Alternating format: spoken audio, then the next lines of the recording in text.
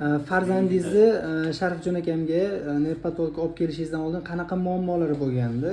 Hozirgi paytda qanaqa o'zgarishlarni sezdingiz, ijobiy o'zgarishlarni?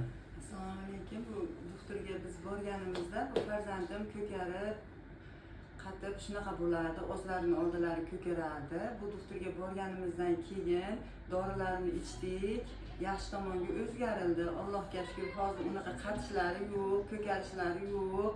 O'zlarini o'rtoqlari bilan yaxshi o'ynaydi, ranglarni ajratyapti, sanashni biladi. Yaxshi, Allohga shukr, doktorga rahmat. Hozir necha yosh, tengqurlari bilan bir xil rivojlanyaptimi? Aqliy tomonlama, jismoniy tomondan yaxshi rivojlanyapti, tengqurlari bilan o'ynayapti, o'yinchoqlarni ranglarini ajratyapti. Allohga shukr. Bunaqa ko'karishlari, tolishlari yo'qolib ketdi. Hamma savollaringizga reaksiyasi bor-a? Ha, bor, Allohga shukr. Rahmat doktorga ham. Eski ko'payib ketdi. Eski ko'payib yaxshi, Allohga shukr. Bunaqa injiqliklari qolmadi. Dorilarni ichkizib davom etkizyapmiz. Yana Andijonga keluvdi, yana ko'rikka keldik. Rahmat. Rahmat, salomat bo'ling.